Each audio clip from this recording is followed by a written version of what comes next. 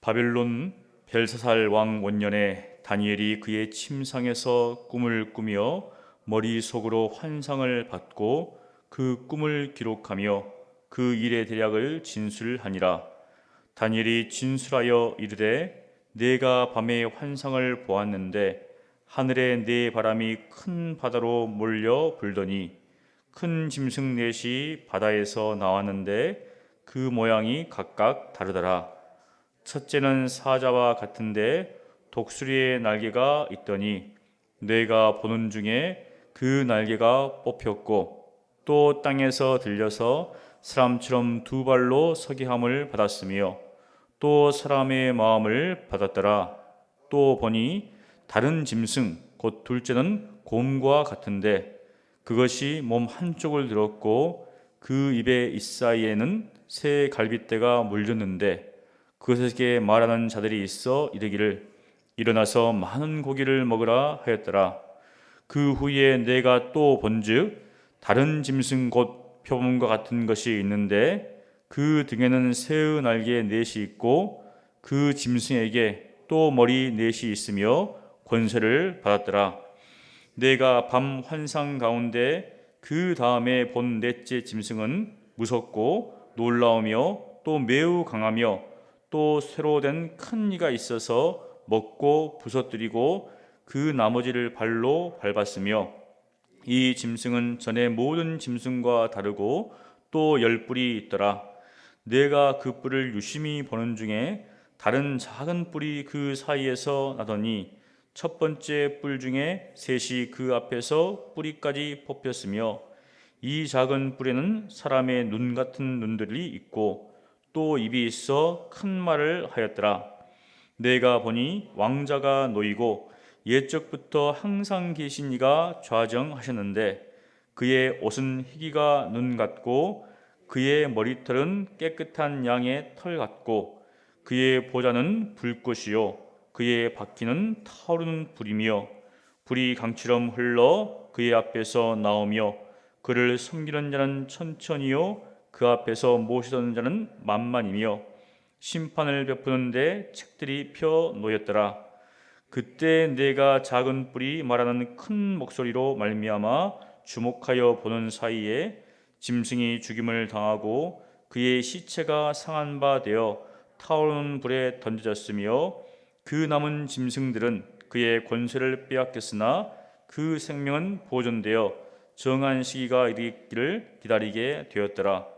내가 또 밤 환상 중에 보니 인자 같은 이가 하늘 구름을 타고 와서 옛적부터 항상 계신 이에게 나아가 그 앞으로 인도되매 그에게 권세와 영광과 나라를 주고 모든 백성과 나라들과 다른 언어를 말하는 모든 자들이 그를 섬기게 하였으니 그의 권세는 손을 대지 아니하는 영원한 권세요 그의 나라는 멸망하지 아니할 것이니라. 나 다니엘이 중심에 근심하며 내 머릿속에 환상이 나를 번민하게 한지라. 내가 그 곁에 모셔선 자들 중 하나에게 나아가서 이 모든 일의 진상을 물으매 그가 내게 말하여 그 일의 해석을 알려주며 이르되 그 내 큰 짐승은 세상에 일어날 내 왕이라.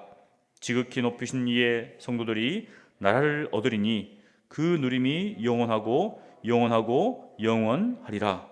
이에 내가 넷째 짐승에 관하여 확실히 알고자 하였으니 곧 그것은 모든 짐승과 달라서 심히 무섭더라.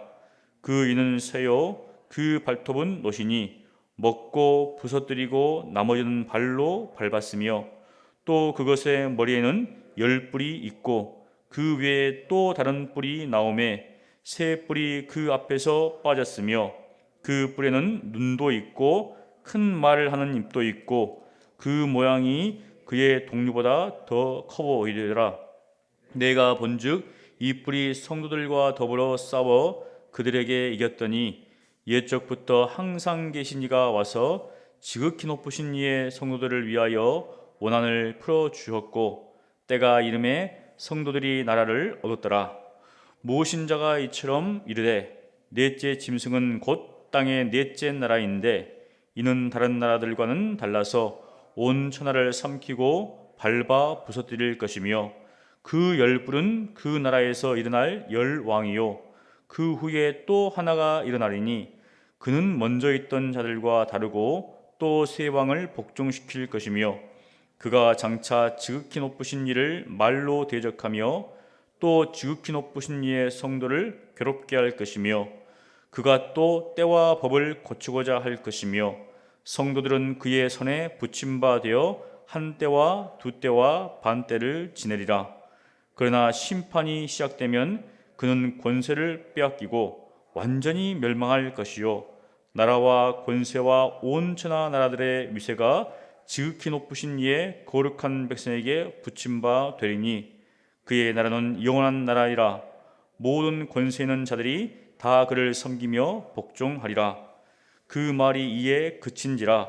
나 다니엘은 중심에 번민하였으며 내 얼굴빛이 변하였으나 내가 이 일을 마음에 간직하였느니라.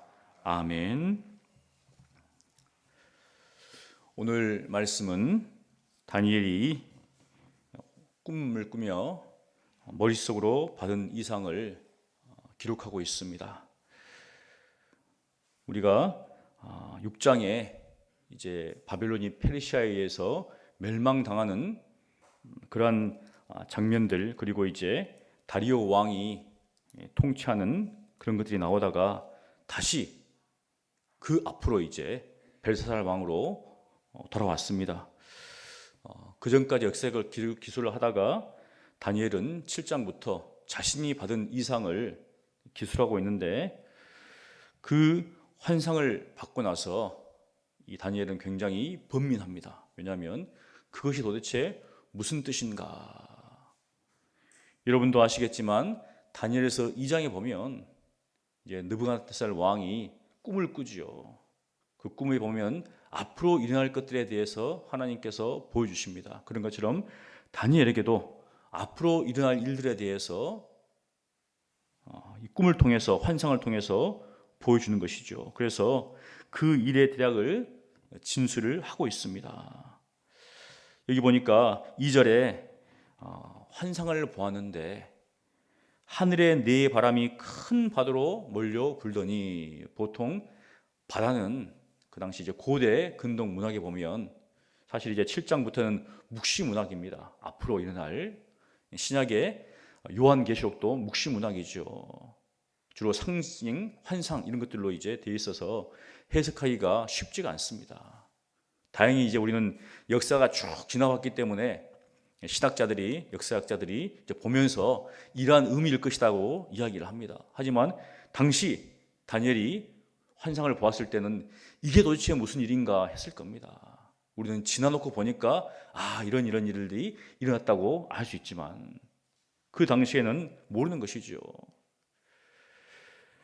그 당시 바다는 보통 악의 상징, 또 사탄의 어떤 그런 상징, 이렇게 표현합니다. 그런데 이 바다로부터 큰 짐승 넷이 나왔습니다. 결국은 짐승은 하나님을 대적하는 존재들이죠. 보니까 모양이 각각 다른데 첫 번째 짐승은 사자와 같다 되어 있습니다. 사자. 독수리의 날개가 달린 사자. 그 당시는 이제 바벨론 제국이죠. 사실 우리가 알지만 아수르 제국, 바벨론 제국, 그 전에는 어떻게든 큰 그런 제국들이 많이 없었습니다. 앞에도 쭉 보면 이제 구 바벨로니아, 수메르 이렇게 아카드 쭉 나오는데 이제 아수르 제국은 멸망되었고 지금 다니엘은 바벨론 제국 하에, 그것도 이제 말기에 있죠.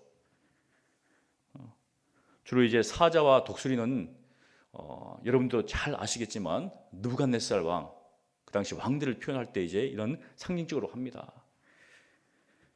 그래서 첫 번째 짐승은 바벨론 제국을 상징한다, 그렇게 볼 수 있습니다. 두 번째 짐승인데 한쪽 몸을 들고 이사이에 새 갈빗대를 문 곰, 굉장히 힘이 세죠. 곰도 여기 보니까 한쪽 몸을 들었다. 우리가 성경 보면은 메대와 바사, 또 바사와 메대, 항상 앞에 나오면 뭔가 좀 힘이 있고 또 뒤에 나오면 조금 그거보다는 좀 힘이 못 미치고, 그래서 성경에 보면은 메대 바사다가 또 뒤에 바사와 메대 이렇게 이야기합니다. 사실 이제 우리가 어떤 나라들을 그 당시에는 계속 이렇게 나라들이 곳곳마다 일어났습니다.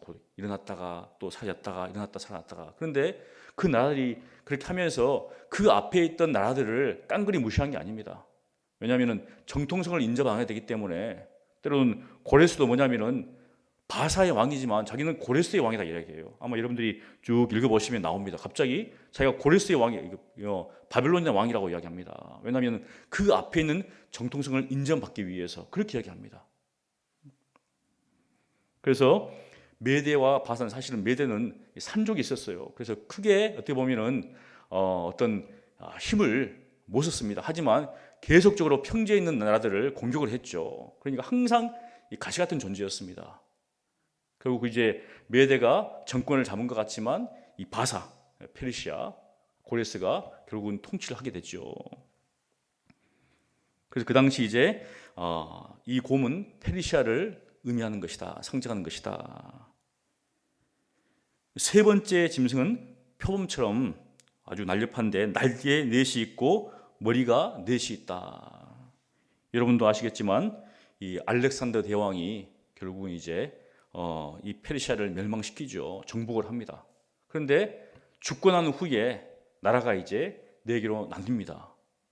그 함께했던 장군들이 네 개의 지역들을 분할하죠. 그래서 헬라 제국을 의미하는 것이다.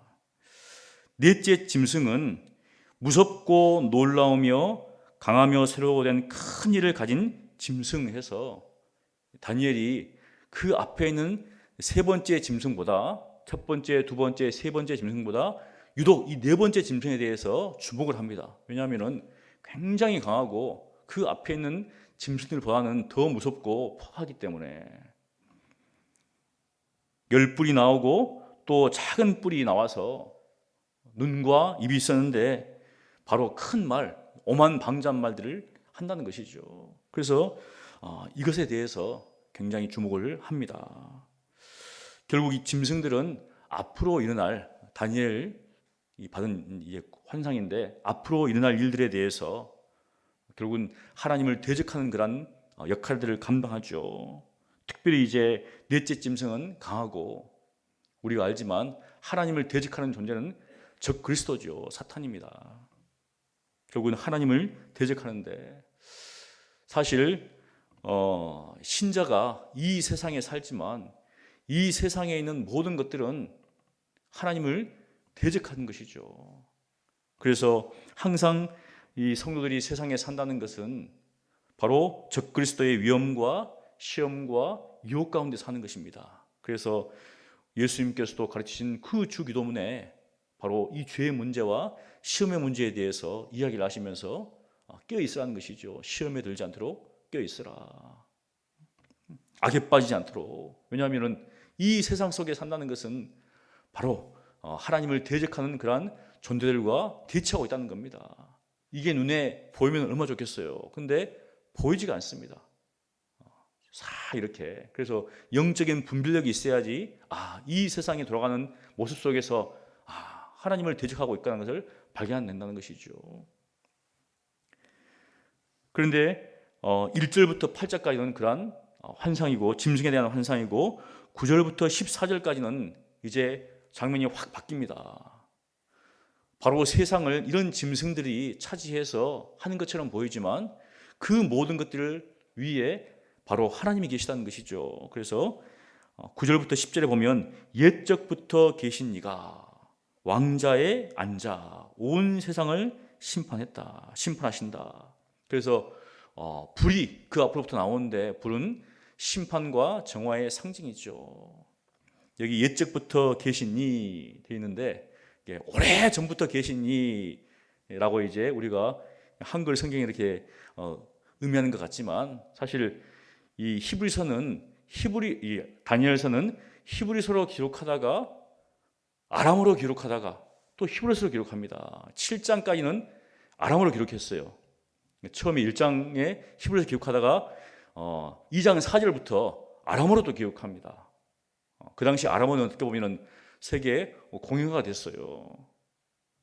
그래서 여러분들이 신약 읽다 보도 어떻습니까? 이제 아람어가 나오죠. 방언이 나오죠. 아람 방언이. 그런 것처럼 여기는 옛적부터 계신 이는 원래는 이제 그 의미가 좀 연륜이 있는 사람, 이게 좀 어떻게 보면은 나이가 드신 분, 아주 이런 의미입니다. 11절부터 12절까지는 넷째 짐승에 대한 심판을 이야기합니다. 그렇게 강한 짐승이 죽음을 당하고 타오르는 불에 던져지지요. 그리고 남은 짐승도 권세를 빼앗깁니다. 이것이 도대체 무슨 의미인가? 온 세상은 하나님의 심판대 앞에 있다는 것이죠.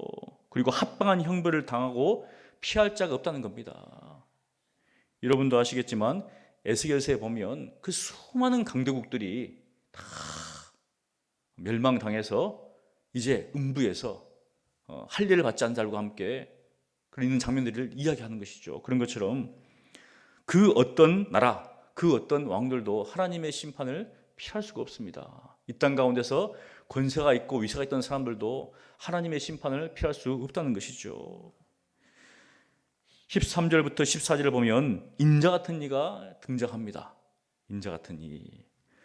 우리는 이제 이분을 그리스도라라고 이제 생각하죠. 그래서 그리스도에 의해 성취할 하나님 나라를 보여줍니다. 그런데 그 나라는 영원한 권세를 가지고 그 나라는 멸망하지 않는다. 수많은 나라들이 흥하고 세지만 바로 이 그리스도의 나라는 영원하다는 것을 보여주고 있습니다.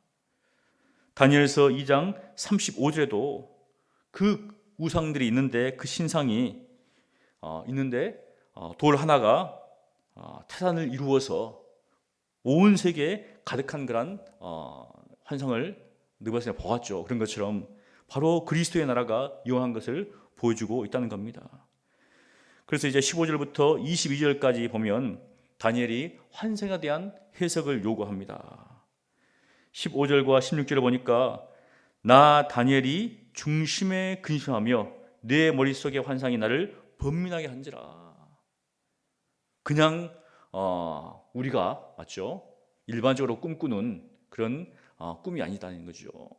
아마 여러분들도 어떤 꿈을 꿔가지고 좀 심상치 않다 그러신 분도 있잖아요. 그런데 이 당시 고대 시대 때 왕이라든지 좀 높이 있는 지는 사람들이 꿈을 꾸면은 물어봅니다 이제. 왜냐하면 자신이 꾼 꿈에 대해서, 왜냐하면 꿈은 앞으로 일어날 일들에 대해서 뭔가를 암시하고 있기 때문에. 그런 것처럼 다니엘도 굉장히 이 꿈에 대해서 번민하고 이 일들이 도대체 무슨 일인지에 대해서 이제 생각하면서 묻습니다. 그래서 17절과 18절에 대해서 굉장히 간단하게 이야기합니다. 그 내 큰 짐승은 세상에 일어날 내 왕이라. 그 앞에 대해서 8절까지 딱 이렇게 이야기해버립니다. 굉장히 짧죠. 그 다음에 18절에는 지극히 높으신 이의 성도들이 나라를 얻으리니 그 누림이 영원하고 영원하고 영원하리라. 또 굉장히 짧게 이야기합니다. 딱 두 줄로. 그러니까 이제 다니엘이 도대체 그 넷째 짐승이 도대체 무엇인지에 대해서 또 다시 한번 이제 확실히 알고자 해서 또 이제 묻는 것이죠. 왜냐하면 21절에 보면 내가 본즉 이 뿔이 성도들과 더불어 싸워 그들에게 이겼더니, 이 짐승이 성도들과 싸웠다는 겁니다. 여러분도 유대인들의 역사를 아시겠지만 수많은 어떤 아수르 제국에 의해서 북이스라엘이 망하고 그리고 바벨론 제국에 의해서 남유다가 망합니다. 여러분들이 이스라엘 사람들을 이야기할 때 히브리 사람, 그 다음에 이스라엘 사람, 사마리아 사람, 유대인, 복잡하죠. 근데 이스라엘 사람들은 자신들을 이제 이스라엘 사람들이라고 하죠. 왜냐하면 야곱의 자손이기 때문에. 애굽에 있을 때는 히브리인이고 나왔을 때는 이스라엘 사람들이고 북이스라엘에서 멸망당하면 그 사람들이 어떻습니까? 사마리아 사람들, 그 다음에 바벨론에서 멸망당한 후에 그 사람들 향하여서 유대인이란 말을 씁니다. 역사에 따라서 그들의 이름이 바뀌죠. 우리도 지금은 이제 한국 사람인데 그전에는 조선 사람이라 하잖아요. 그런 것처럼 이렇게 바뀌는 것이죠. 여기 보니까 그 큰 짐승과 싸워서 이제 성도들이 지게 된다는 것을 볼 때 사실은 아수르라든지 바벨론은 굉장히 두려운 존재입니다. 그래서 포로를 끌려갈 때도 그냥 끌려가는 게 아니라 다 밟아가지고 끌고 갑니다. 사람 죽이는 것은 일도 아니에요. 왕들이 자기 어떤 그 공적을 이행할 때 보면 굉장히 잔인하게 사람을 죽입니다. 이거는 끔찍하죠. 나라를 잃는다는 것은 정말 끔찍한 겁니다. 그런데 그 짐승과 성도가 싸우는데 성도들이 쳐버리다는 거예요. 그냥 지나갈 일이 아니죠. 그래서 다니엘은 이 짐승에 대해서 굉장히 주목을 합니다. 그런데 바로 옛적부터 항상 계신 이가 와서 결국은 성도들의 원한을 풀어주고 성도들이 나를 얻는다는 것들을 하나님께서 지금 보여주고 계시다는 것이죠. 즉 무엇인가? 성도 이 땅 가운데 살아갈 때 핍박과 박해가 있다는 겁니다. 하지만 하나님께서 그들의 원한을 풀어주고 결국은 그 나라를 얻게 하신다는 것, 소망인 것이죠.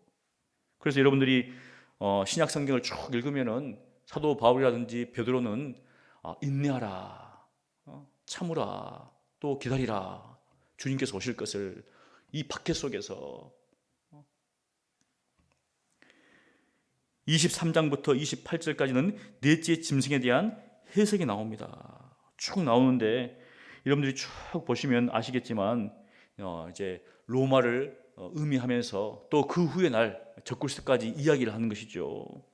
그런데 결국 무엇인가 26절에 보면 25절에 보면 그가 장차 지극히 높으신 이를 말로 대적하며 또 지극히 높으신 이의 성도들을 괴롭게 할 것이며 하나님을 대적하고 성도들을 핍박한다는 겁니다. 또한 때와 법을 고치고자, 때와 시기는 하나님께 속해 있는데 이 자는 때와 법을 바꾸려고 해요. 뿐만 아니라 어떻습니까? 성도들은 그의 손에 붙임받아 한 때와 두 때와 반 때, 사실은 이게 이제 상징적인 의미라서 정확히 3년 반이라고 하는데 이게 무엇인지 요한계시록은 이제 7년 대환란이 있는데 그런 의미하고 쭉 이렇게 이야기를 하던데 상징적인 것인데 한계가 있다는 겁니다. 한 때와 두 때와 반 때는 하나님께서 딱 정해놨다는 거예요. 한계가. 만일 이 짐승에 의해서 모든 게 움직인다면 어떻습니까? 한계가 없다면 큰일이겠지만 한계가 있다는 것이죠. 그러나 심판이 시작되면 그는 권세를 빼앗기고 완전히 멸망하리라. 완전히. 무엇인가? 하나님의 때가 되면 이 모든 것들은 적그리스도는 멸망당한다는 것이죠. 그리고 바로 모든 성도들이 하나님의 나라를 권세를 얻는다는 사실들을 지금 보여주고 있습니다. 마태복음 24장에 보면 예수님께서 앞으로 일어날 일들에 대해서 이야기를 하죠. 그러면서 바로 제 아들에게 그러므로 깨어 있으라, 너희도 준비하고 있으라, 이렇게 이야기합니다. 28절 우리 함께 읽습니다. 그 말이 이에 그친지라 나 다니엘은 중심에 번민하였으며 내 얼굴빛이 변하였으나 내가 이 일을 마음에 간직하였느니라. 아멘. 앞으로 일어날 일들을 보았습니다. 정말 마지막은 승리죠. 하지만 그 앞에 그까지 일들에 대해서 그는 보았다는 것이죠. 우리도 어떻습니까? 마지막은 하나님께서 우리에게 주실 놀라운 나라입니다. 하지만 이 땅을 살아갈 때 또 앞으로 일어날 일들이 어떻습니까? 쉽지 않다는 거죠. 어려움과 핍박과 환란이 있다는 겁니다. 그렇다면 우리가 어떻게 살 것인가? 깨어 있어야 됩니다. 하나님의 말씀을 통해서 하나님의 뜻을 분별하고 하나님께 기도함으로 하나님의 도우심을 얻어야 한다는 것이죠. 우리가 새벽에 오는 것은 개인적인 어려움도 있겠지만 신자로서 어떻게 살 것인가? 이 어두운 세상 속에서 오늘도 말씀 가운데 끼어서 기도함으로 승리하신 여러분 되시기를 간절히 축원합니다. 거룩하신 하나님, 다니엘이 본 환상을 통하여서 앞으로 일어날 일들에 대해서 알게 하시니 감사합니다. 저희들은 우둔하여서 정말 어떻게 될지 알지는 못하지만 결국 하나님의 그 주권 속에서 모든 것들이 이루어진다는 사실을 보게 하시니 감사합니다. 하지만 우리 신자들이 이 땅을 살아갈 때 많은 어려움들이 있고 또 이 보이지 않는 악한 세력들, 적그리스도에 의해서 위협을 받고 유혹을 받고 시험을 받아서 때로는 넘어지고 자빠질 때가 있는데, 하나님 우리에게 믿음을 더하여 주셔서 일어나게 하시고 인내하게 하시고 깨어서 기도하게 하시며 다시금 말씀을 붙들고 살아갈 수 있도록 주여 역사하여 주시옵소서. 이 어두운 세상 속에서 승리하게 도와주시옵시고 다시 오실 예수 그리스도를 바라보는 가운데 깨어서 기도하며 준비하며 살아갈 수 있도록 주여 역사하여 주시옵소서. 예수님 이름으로 기도합니다. 아멘.